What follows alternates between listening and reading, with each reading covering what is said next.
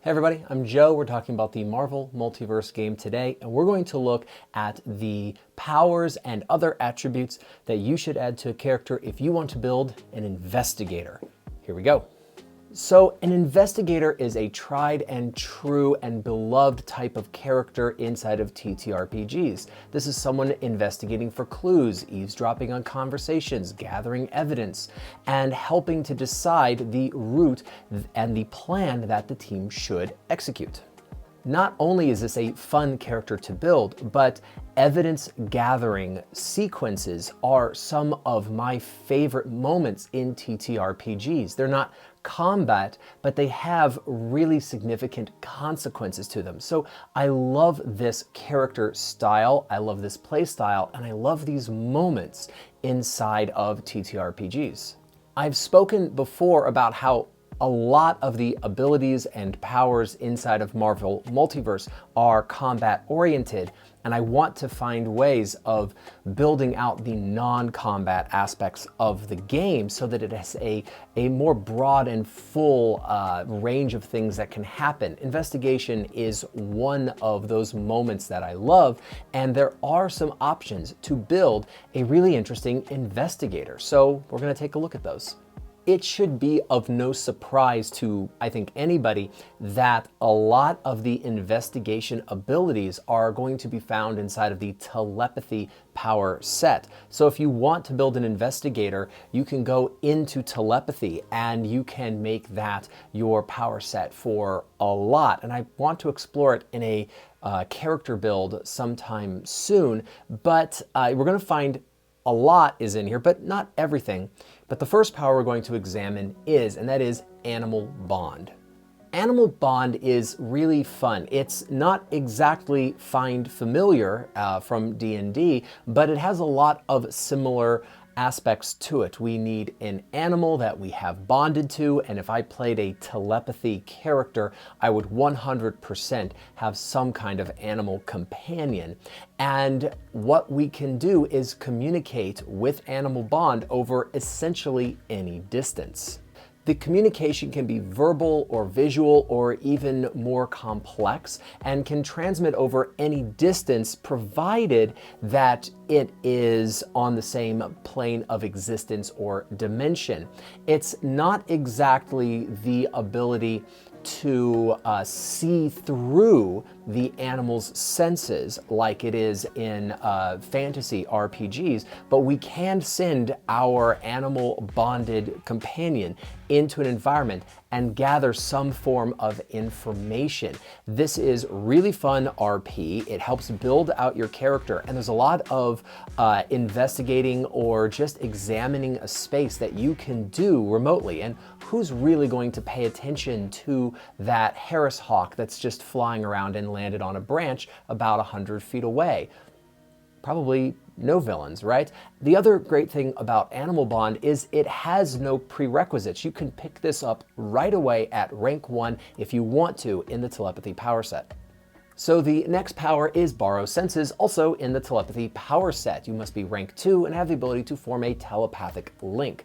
You choose a character or something with whom you've established a telepathic link or bond. And that phrasing is very important in a moment. And now we can see through their senses and maintain our own, which gives a little bit more flexibility over Find Familiar in D&D. What's really important here is that we can establish a telepathic link with somebody who is willing, such as an ally, an NPC, or our animal bonded companion. Or we could force a telepathic link, but we do have to roll in order to force that link. I would imagine as a narrator that a villain or somebody that is hostile to me that I have forced a telepathic link on would know about it, and so they would have some idea that I'm gathering information from their mind, which makes Borrow Senses a little bit less useful with an enemy. But Doing this with your animal companion that you have the animal bond with is a great use, but you can also use it with NPCs or with another hero that is being sent into a position, but you might be out with the rest of the team waiting for the moment to strike. It gives you a lot of flexibility, a lot of understanding of an environment, and allows you to coordinate over greater distances. Really useful stuff. The next power is Cloak. It's also in the telepathy power set. I said it was going to be really important here. You must have telepathic link and a rank of 2 and costs 5 points of focus and requires your concentration. Cloak is similar to invisibility, but it works exclusively within the minds of people around you. They must be within 20 spaces of you on the board, so that is 100 feet, and you cloak yourself from their minds, meaning that they don't see you when they look at you, but electronic devices like cameras can see you. So it's kind of like invisibility light. This is nice. It's not as good as straight up invisibility, but if you are in the telepathy power set and don't want to pick up a new power set to pick up invisibility, it can be particularly useful. So this will allow you to go into an environment to see and hear and not be noticed by the creatures around you. So it can be useful in infiltration. But of course, Cloak is not as good as Invisibility. This is in the Illusion power set. You must be rank 2 in order to pick it up. It costs your concentration and 5 points of focus. And this is your standard invisibility. You automatically have an edge on all agility checks to not be noticed and to sneak, which is wonderful. And then you just are not visible. This is really great if you can pair it with the Silence Self power, which is also inside of the Illusion power set. I've spoken about that on a previous character build, which means you now cannot be heard and you cannot be seen. You can pick up some traits to be able to give yourself an edge on movement or stealth and really become the master of infiltration. I love this. Anybody who wants to be an investigator really wants to dip into the Illusion power set and pick up 1 or 2 things, I would think.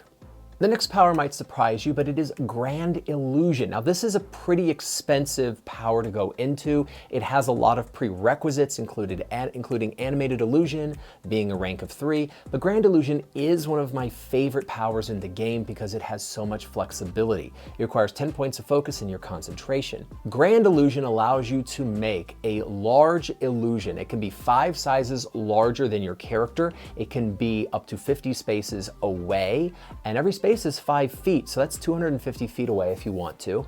And it has sound, it has visuals, it moves freely, but you must be within 50 spaces of it to maintain concentration, and you must have line of sight. So why do I include Grand Illusion? Because Grand Illusion allows you to create false environments in a lot of ways. It allows you to create false situations so that people confess. It allows you to create the sense of safety. If you've seen those moments in like the Mission Impossible movies where someone believes that they've been captured by the enemy or that they are about to die, the interrogation is all of a sudden able to go in its own direction. And then the entire space opens up and it was all a fake. It was all a ruse.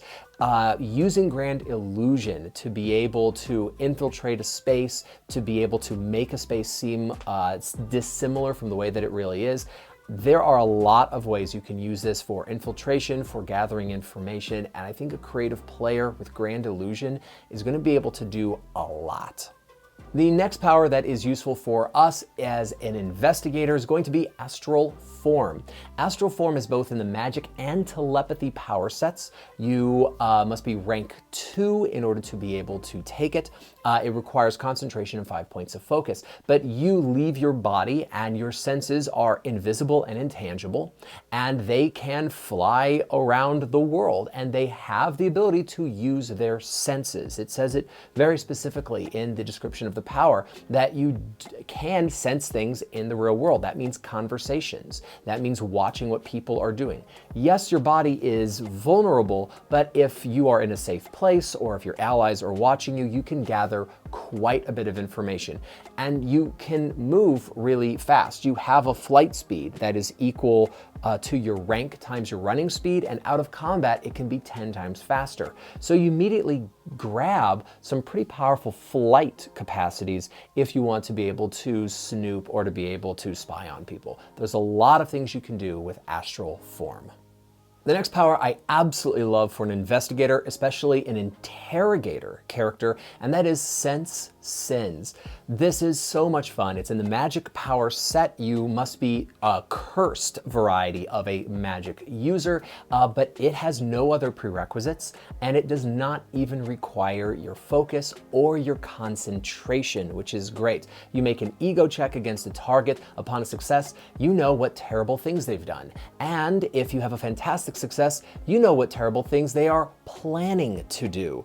This is the best interrogation method in the game, and it's so cool to be able to do. I would pair this with interrogation tactics, and you have a terrifying character on your hands. So since Sins is inside of magic, and so is Astral Form, so you do not need to be in telepathy in order to make a great interrogator and investigator.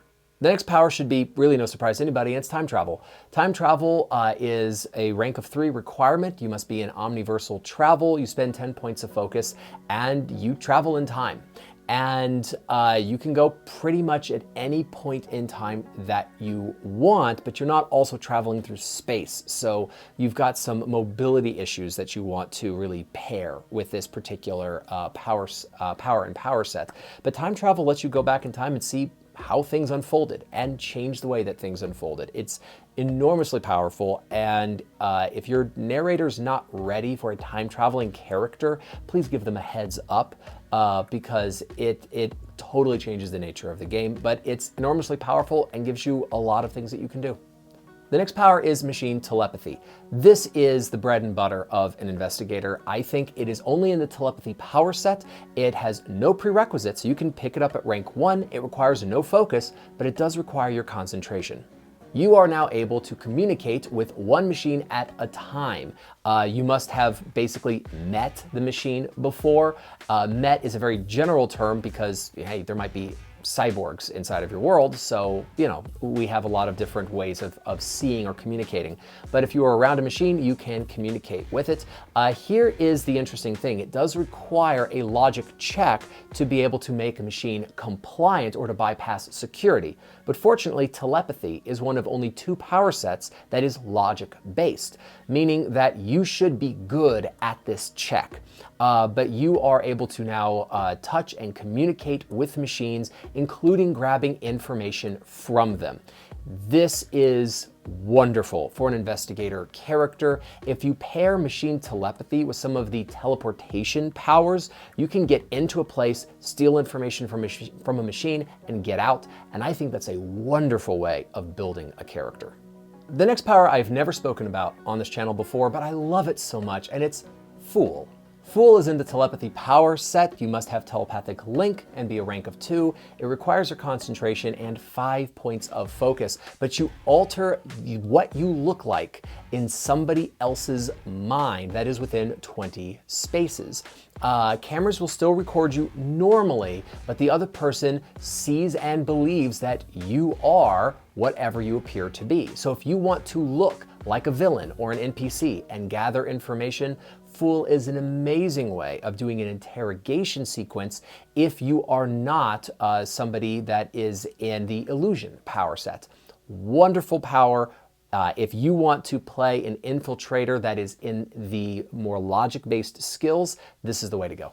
There should be no surprise as to what the next 2 powers are, which I'm going to deal with simultaneously. It is mind reading, but you really are taking mind reading for mind interrogation, because mind interrogation allows you to pull a specific answer out of someone's head with just a logic check. So mind reading is the prerequisite for mind interrogation. You also have to be in the telepathy power set and be a rank of 2. Mind interrogation is not a concentration power because it lasts for 1 round and costs 5 points of focus every time you want to use it. But basically, you make a logic check against the person's logic defense, and upon a success, you can get an answer to a single question. Upon fantastic success, you get complex information. And this is an incredible interrogation capacity.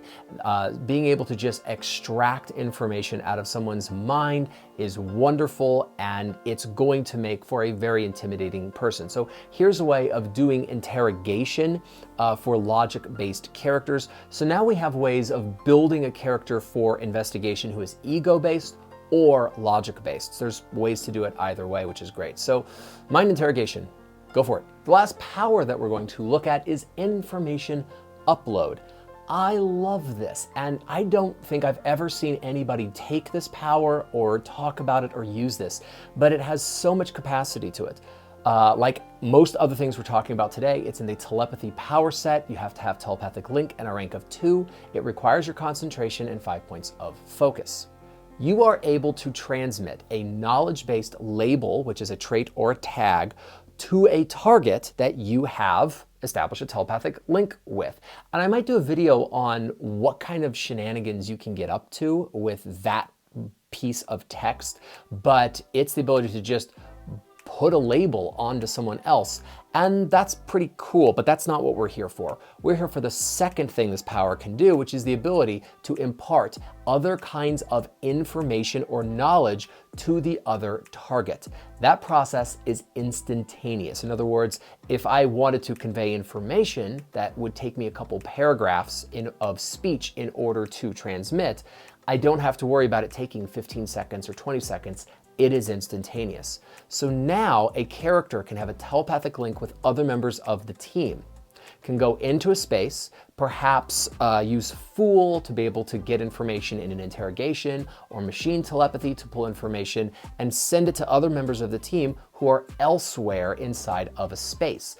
And information upload lets you do this immediately. It's very cool, it's very useful, and I think it's the kind of thing that allows for multi-pronged infiltration missions to happen. I love this power, it's really fun, and I'd love to hear if someone has used this in your game. Pop it into the comments. But we haven't talked about traits yet. So are there traits you want to take in order to be able to be a great interrogator or investigator? And yeah, there are. The first one is beguiling. Beguiling is a trait that allows you to have an edge on any ego check to persuade somebody who could be attracted to them. Simple as that. I have a player at my table who has taken this and has taken it on an ego-based character. They sail through ego-based checks all the time based on this and other character building options. It's amazing in an interrogation sequence as well. The next trait we're going to look at is connections. You knew it was coming. I have made no bones about how much I love connections in this game. Connections is a trait that means you have connections with a group of people or an organization or something, and you can go to them for information. What's great about this is your narrator no longer needs to spoon feed you information or lore or world building. They can allow you to get stuck and not know which way to go, and you can go to your connections and find leads and find information. It means that the characters are driving the story, not the narrator, and it also will help you find the next lead that you should chase down. I love this trait, and I think it's important that somebody in every team has this. Probably multiple people. The next trait is Dealmaker. Dealmaker means that you have an edge on all action checks that have to do with making deals. And this allows you to negotiate, to be able to work with people, to form new connections, and to be able to understand people, places, and things more easily. This is an overlooked trait, and it has a lot of potential for characters that are trying to infiltrate organizations or groups, and it's also great on any ego-based character. Really fun. If I were building an investigator, I would not leave home without eidetic memory. Eidetic memory means you don't forget anything. It's as simple as that. You just don't. At any point, you can ask the narrator to remind you, the player, of information that your character would have. This is table dependent. There are a lot of tables where the narrator assumes that the players that the characters would remember important things and is willing to remind you, but that might be a little bit too lenient of a table.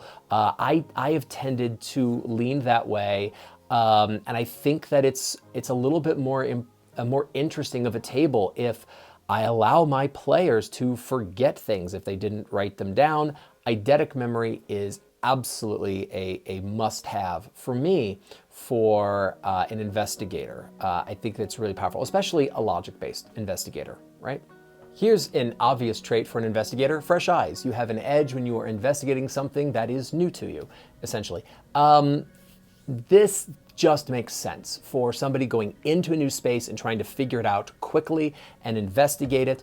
I would definitely want to put fresh eyes onto a logic-based investigation character. It just makes sense. I'd want to pick it up right away at rank 1 if I were building an investigator.